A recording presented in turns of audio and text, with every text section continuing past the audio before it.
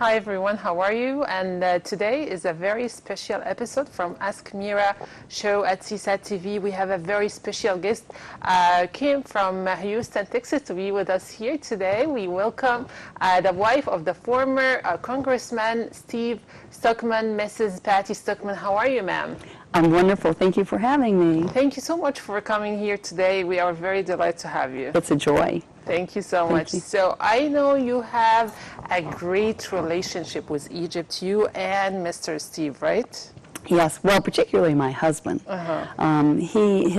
His forte is international affairs, and he's always had a heart for other nations. And so when he was in Congress, he served on the Foreign Affairs Committee, and he traveled to Egypt. He traveled to a number of countries over in that part of the world, Middle East.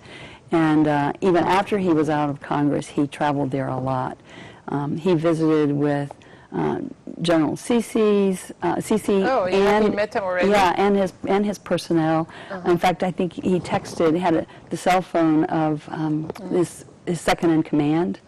And Steve was over right after the overthrow of the government when they threw out Morsi. Okay. He was over there and visited with people in the streets as well as the new government. So that's part of Egypt. Yes, he spent so much time in Egypt. He would go over and spend weeks. Yes. Yes, So and I only one time I was able to go over and join him when he was there. Yes, we have all the pictures. We'll talk about that Egypt trip because it was like a big deal. And I need to know about you first. So what you do? Well, I work for NASA, the National Aeronautics and Space Administration. So you are the genius? No, I'm not a genius. Yes, you are.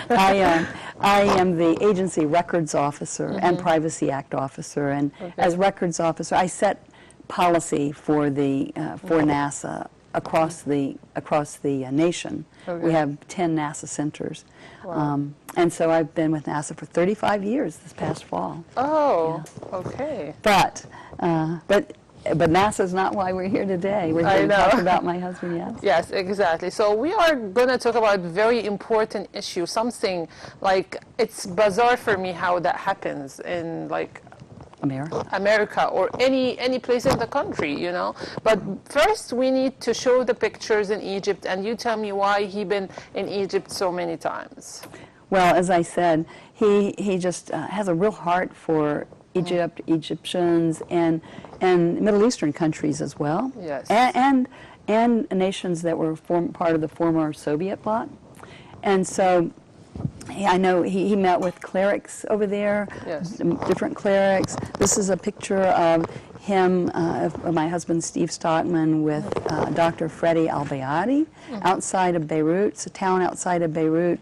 And Steve was involved in helping renovate the hospital, have it painted, lay a new front to the building, and just really pleased with that work of that hospital. It was started by a local church, and Muslims and Christians worked together in the hospital.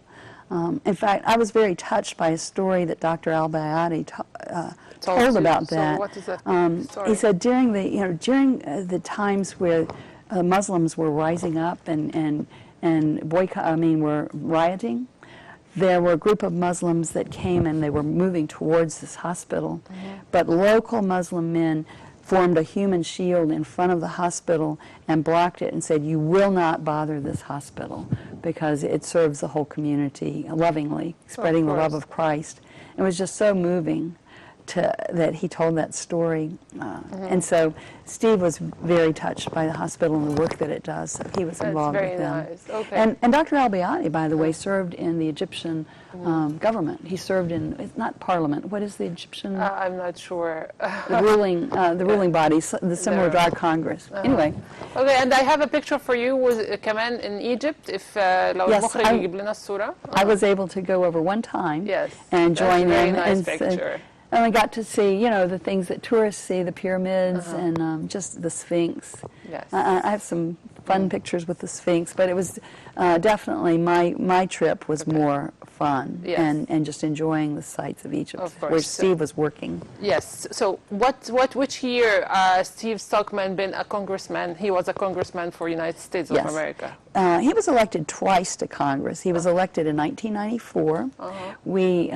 He unseated a 42-year incumbent Democrat, a man who had been there for 42 years, a Democrat congressman. We ran 3 times, that is for 6 years, before we took him out of office.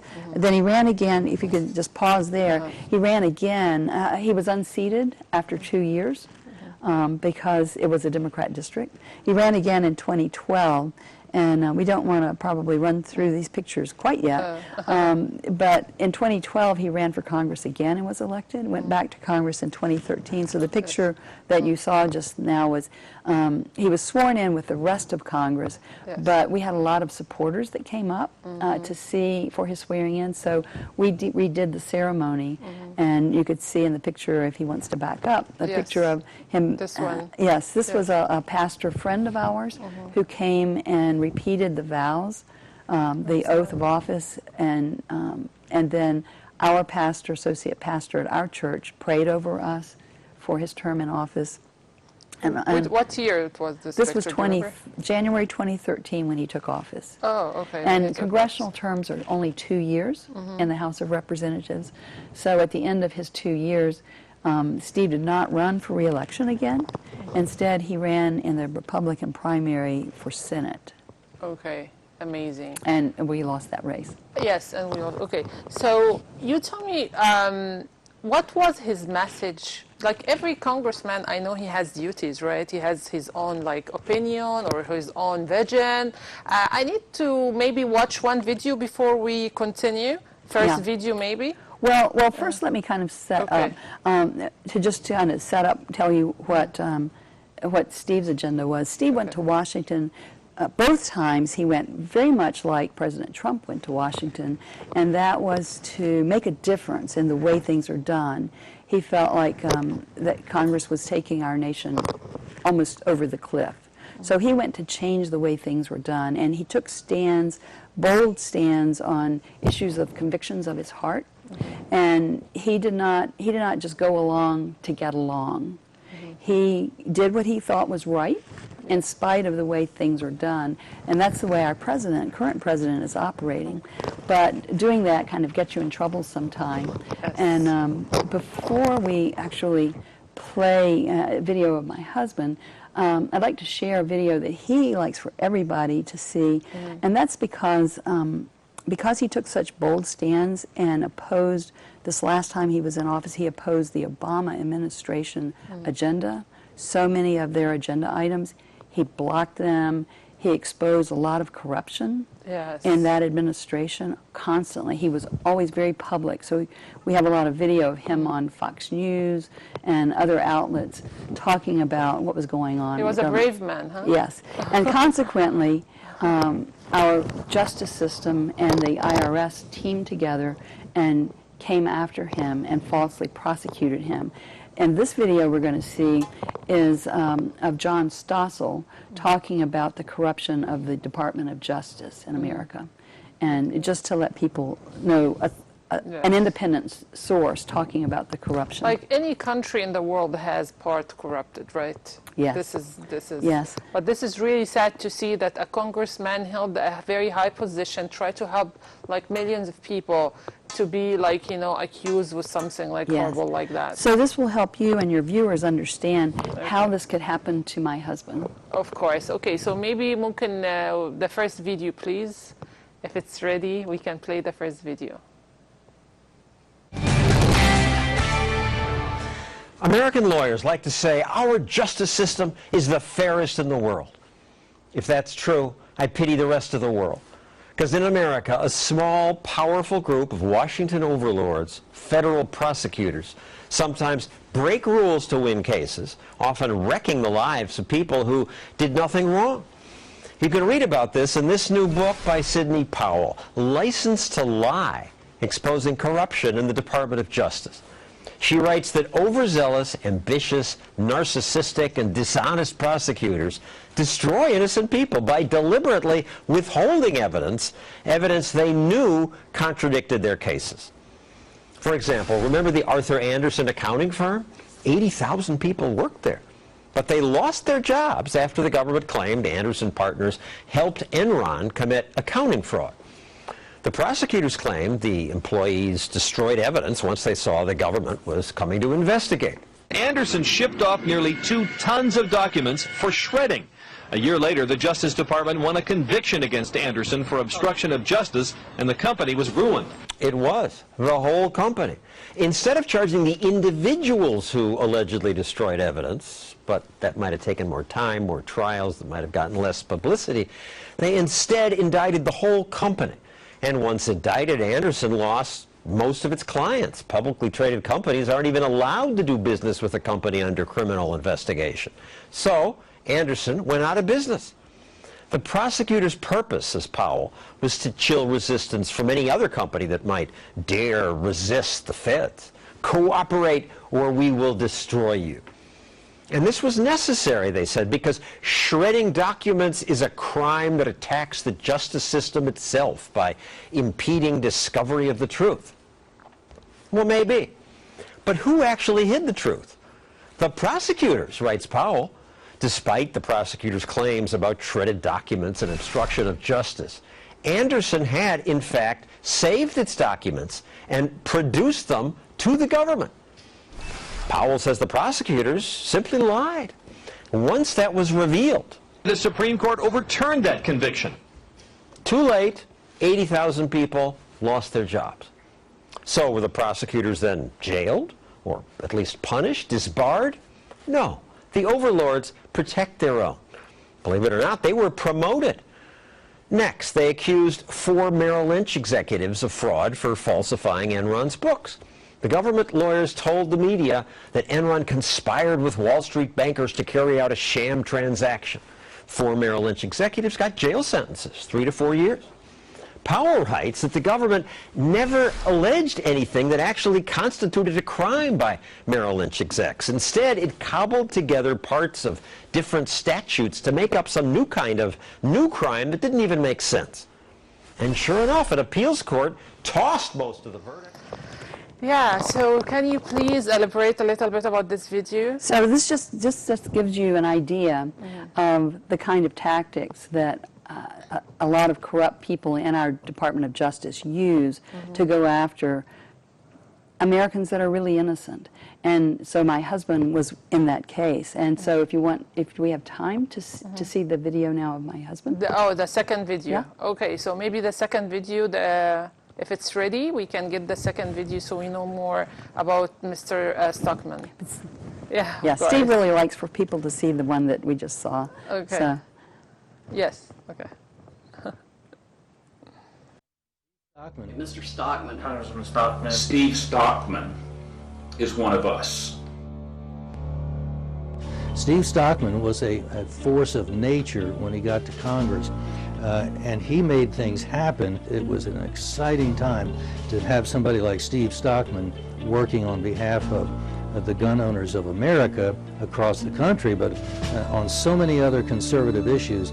He was there, he was taking the point, and he made things happen. Steve's ideas and philosophy resonated with the union workers who were not pleased with the way Washington was conducting things with NAFTA and the free trade. In 2014, Steve sponsored a bill to build a wall to limit MS-13 and to stop drugs from coming into the United States illegally. 1 month into his term, he brought Ted Nugent, who's an NRA board member, to the State of the Union as his guest to make a statement that he believes in Second Amendment rights and the Constitution. Steve Stockman was Tea Party before Tea Party was cool. He made things happen.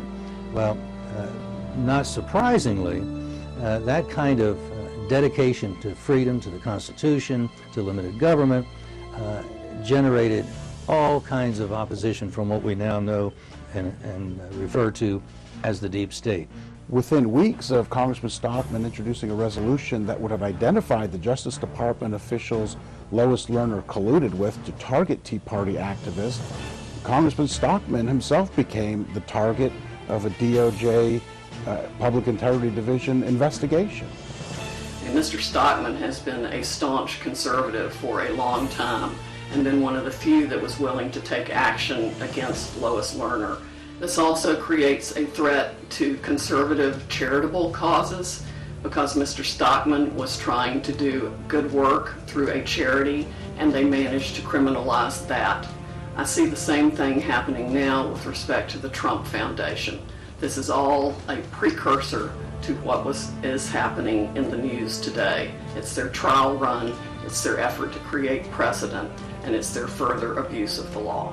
When you take on the deep state, it's not going to be an easy road to hoe, and Steve now is locked up because he was fighting for our freedom. This man that has fought for our rights and liberties is now deprived of his own, and that's the crime. The similarities between Congressman Stockman and President Trump are quite amazing. One of the things that struck me when Donald Trump announced for office and when he was campaigning, and certainly as he has carried out his duties as president, is that it was like watching Steve Stockman elected at the national level. The two have very many things in common, but the most important thing that I can say is that they came to Washington to challenge the establishment.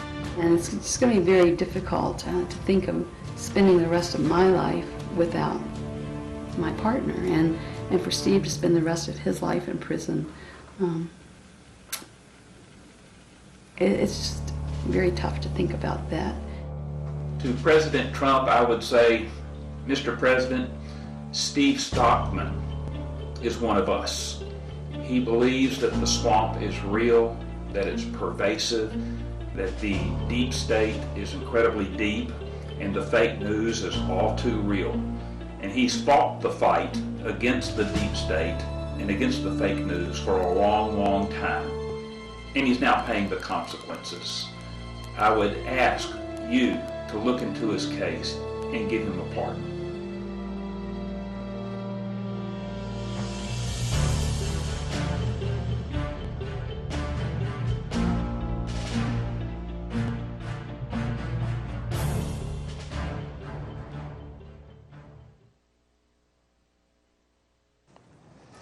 So every country in the world has a corruption part, and corruption part here in the United States trapped your husband 283 years in prison. Is this like something anyone can understand or imagine?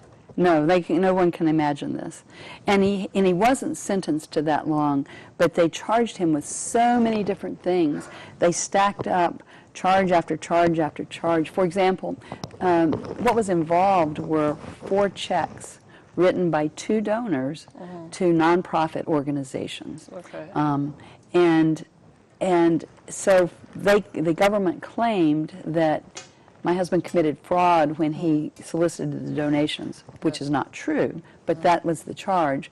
And so for each check, they counted mail fraud, wire fraud, money laundering, well, not each and every one, but they stacked up multiple charges that were the same for different transactions. And they, as John Stossel in the first video we were talking about, was talking about, they make up, and Sidney Powell as well, they make up a fallacious story out of facts, just like we've seen happen with our president in the impeachment process. Yes, they put forward information that's twisted.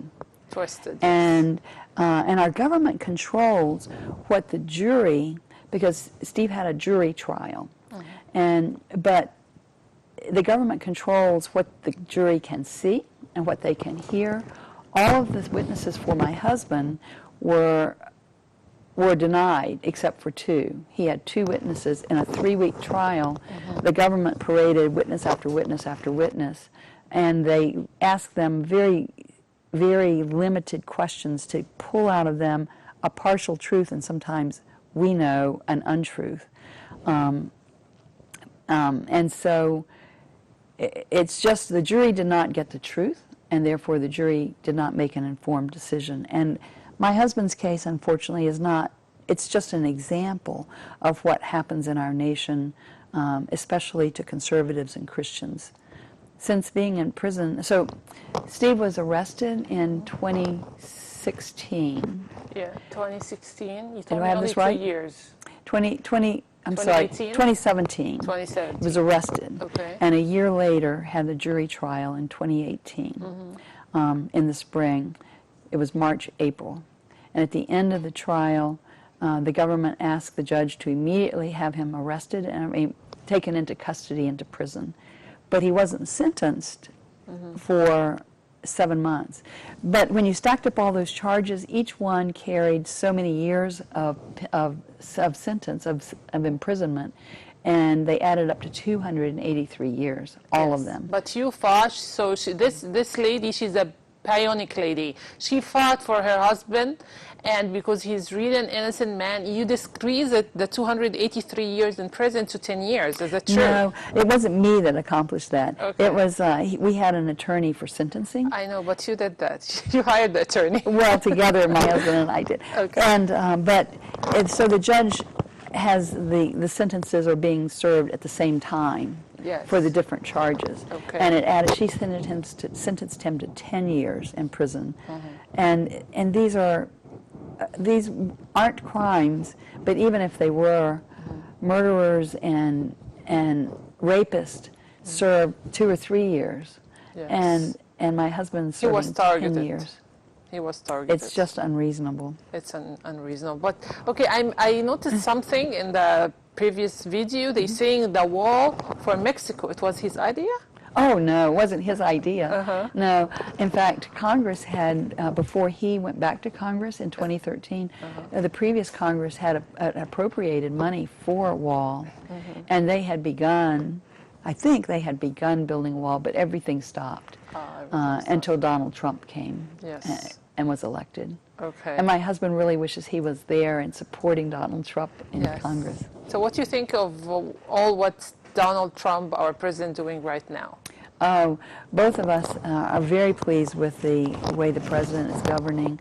I mean, we have the strongest economy that we've had in decades, and jobs, people are getting jobs in all walks of life, all strata of society, minorities and women. Employment is up.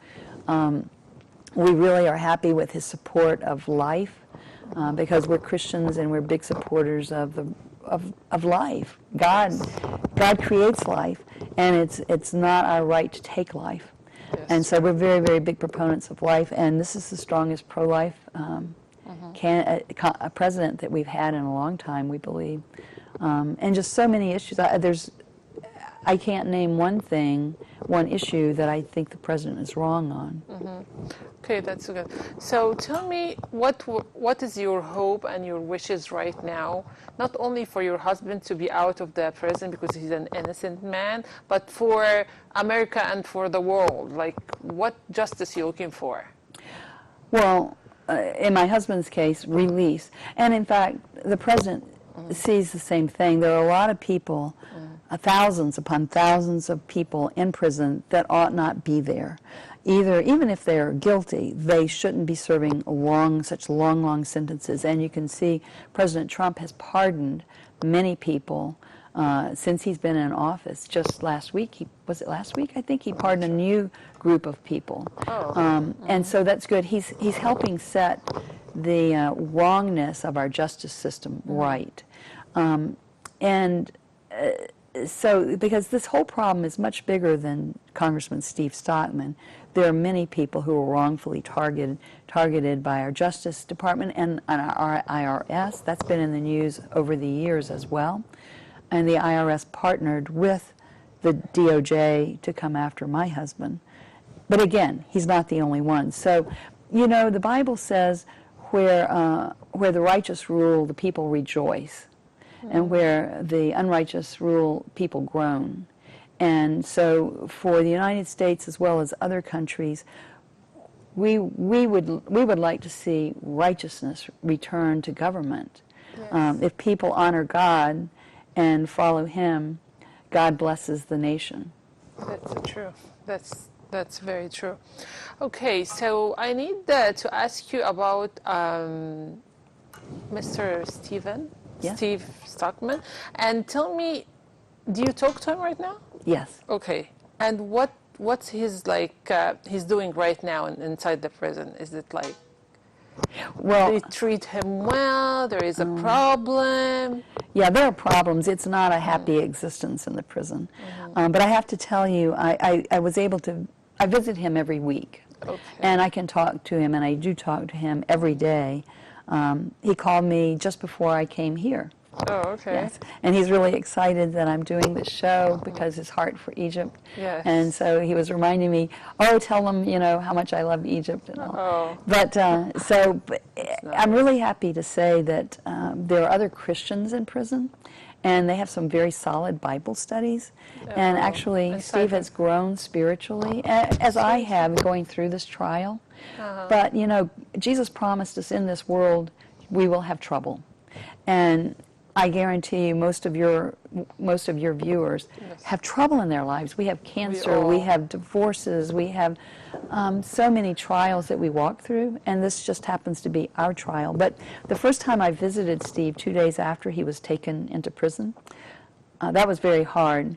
We had to visit through very thick glass and couldn't touch him. And I had prepared myself to see him. I said, okay, Patty, Steve is going to be in an orange jumpsuit. Don't panic. Don't be surprised. And so I was all prepared, and I could see through the glass. A guard came past the door on the other side, and then they opened the door, and the guard was just laughing. And then I saw my husband, and he was just laughing, and then a second guard, and they were all just laughing. My husband's a funny guy, and he just makes people happy. And so he was telling jokes and had them happy. But he told me, Patty, they've got my body. They don't have my heart and my soul. Yeah. And so throughout, he's been there nearly 2 years now. Wow. And he's been in 3 different prisons along the way. And Steve is being Steve regardless of where he is. And so he blesses others. They study the Bible together. They laugh together. But he's also working on re-election ideas for President Trump. Oh, that's because very nice.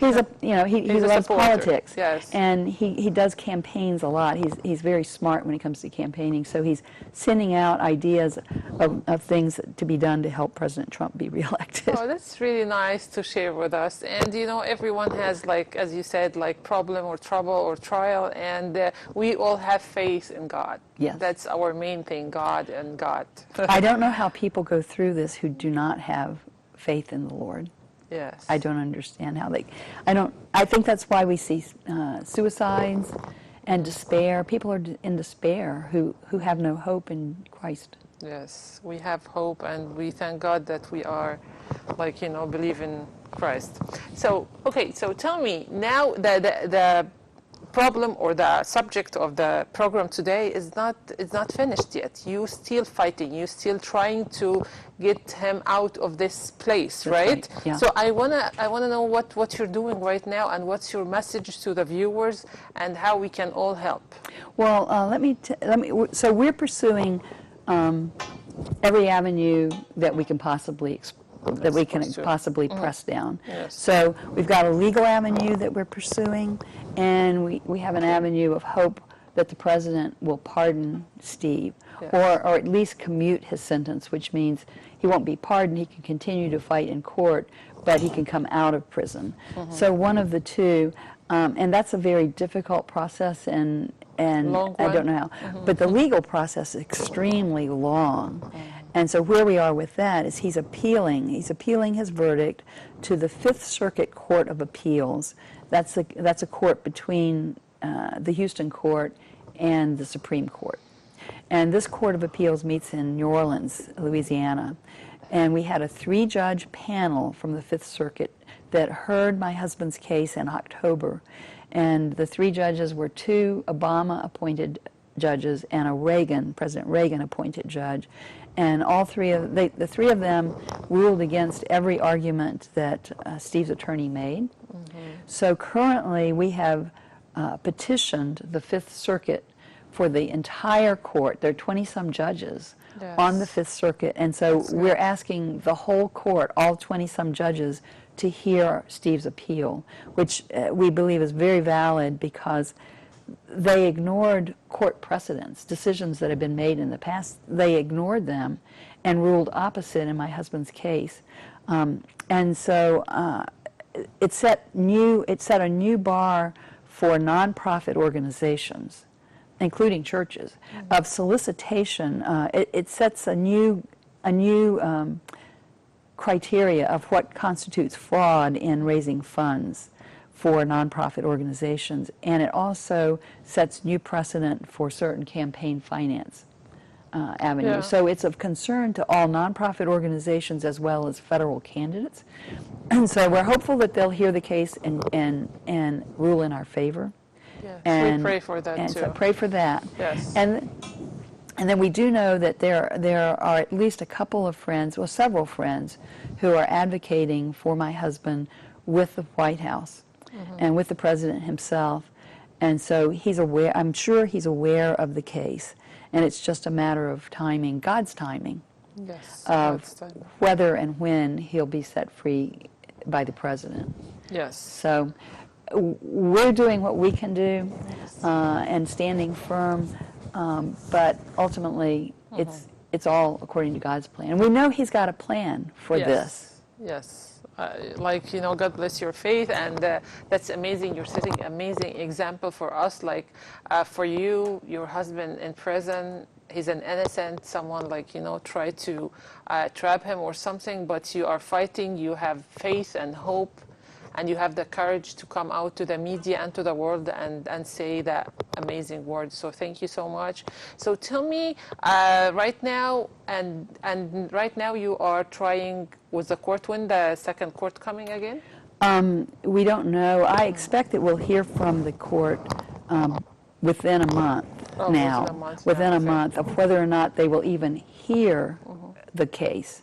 And if they say they'll hear it, I think I read, but I'm not sure of my memory, but I believe I read that they only hear, the full court hear cases 3 times a year, and I believe the next time is in May. May, okay. So even if they say yes, they won't even hear it until May, or before May. I believe that's right. And then they have weeks and months to make a decision. Yes. And so everything drags along. Okay. So who knows? So next time, I am sure you will come to meet me here with Mr. Stockman. Okay? That would be great. Yes, you're coming. You're bringing him here and coming to do an interview with me, right? Yes.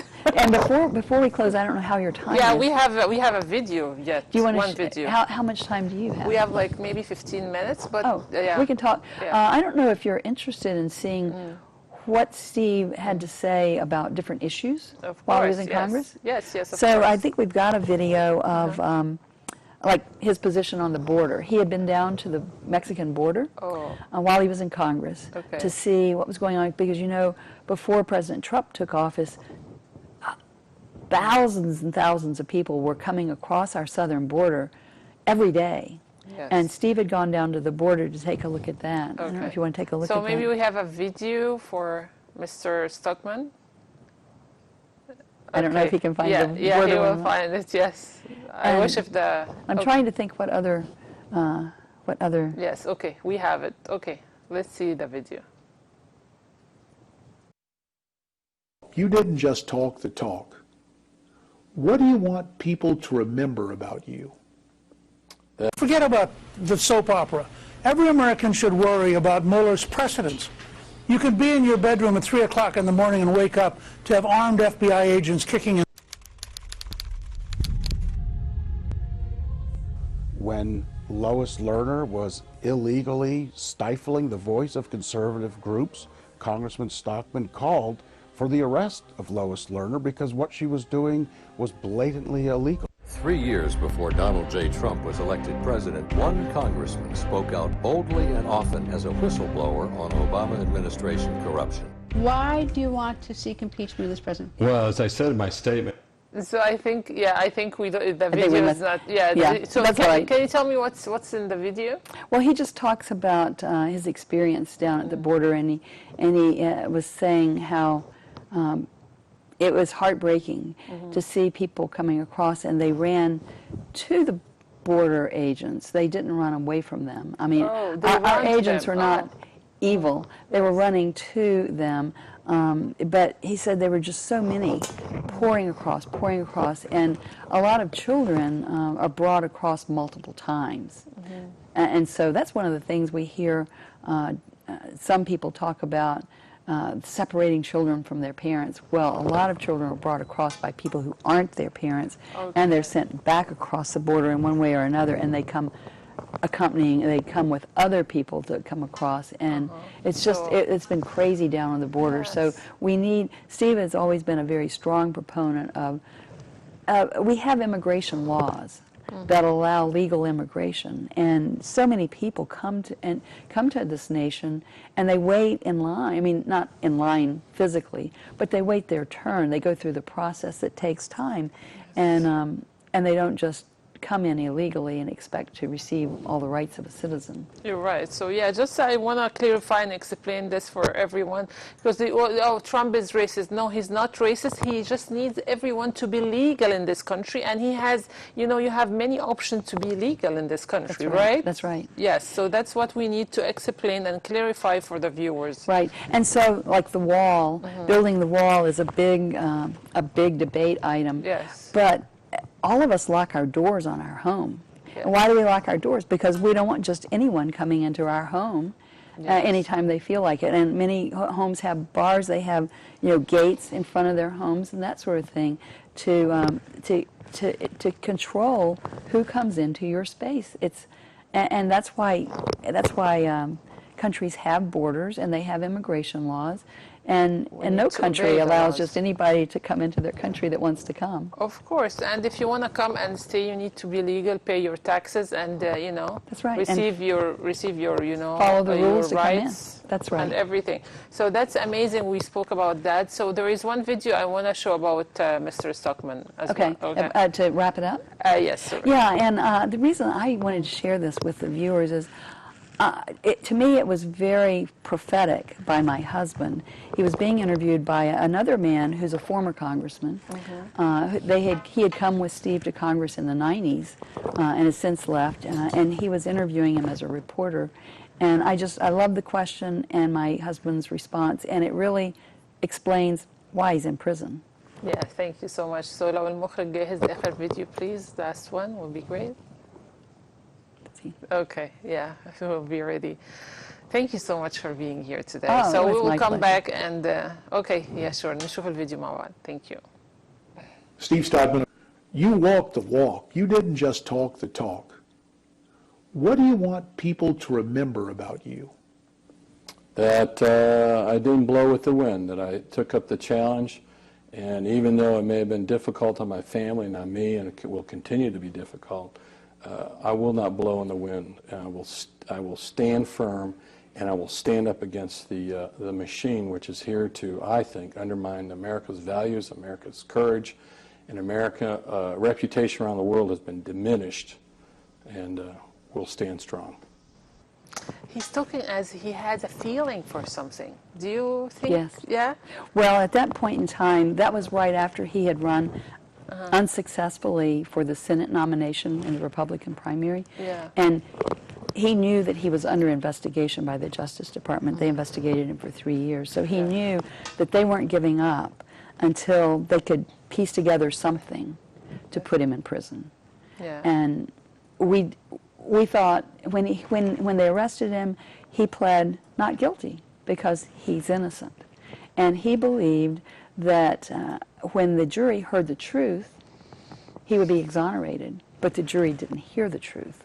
Yes. And so they found him guilty. In fact, while we were waiting for the jury verdict to come back, he said to me more than one time, he said, if I had sat there and heard what this jury has heard for 3 weeks, I would find me guilty.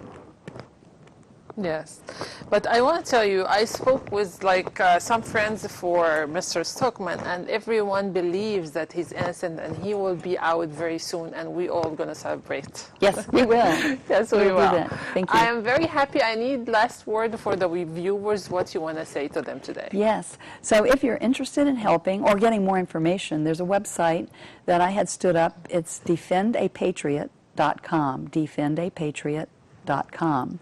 And you can go there if you want to help financially with Steve's legal expenses. We spent all of Steve's retirement before he was even arrested on legal defense. Wow. And I had to dip into my own retirement significantly because we've never been wealthy people when he ran for office. We're just normal, everyday Americans next door who care about the country and did this. And so this is incredibly draining on our resources.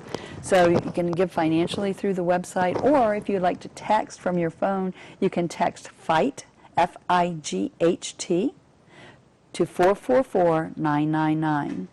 FIGHT to 444-999. Okay, great. And I need a word for President Trump, and we are supporter, and we love Mr. Trump so much, and we all know that he loves this country, he loves God, and we support him. Yes. And I know America will be great all the time with him. So there's a petition there at the website that people can put their names and where they're from. It's a petition to the president, saying, Mr. President, please pardon Steve Stockman. Oh, that's amazing. So what do you want to say to Mr. Trump right now, the president, our president? Oh, Mr. President, yes. Steve loves this country. He stands firm for liberty. And like you, he went to Washington to make a difference, to change the way things were done. He's wrongfully imprisoned, and I ask you, please, Mr. President, to pardon my husband. Thank you so much for your presence, and thank you for your inner beauty and outside beauty too. Thank you so much. Thank you so much, and I wish to see you again with Mr. Stockman here in California. Absolutely. Thank you so much, ma'am. Thank you. Joy. Thank you. Thank you, everyone. Today we heard a story. I was amazed and astonished, and I couldn't believe that something can happen like that in America. And we praying for Mr. Stockman to be released very soon. And I wish if you guys can go, can you please tell us the website one more time, because there is a petition we need to sign to be sent to the President Trump. It's www.defendapatriot.com. Thank you so much. And we wish we all pray for him and sign the petition. And thank you so much, and see you again at Ask Mira show from CSAT TV. Good night.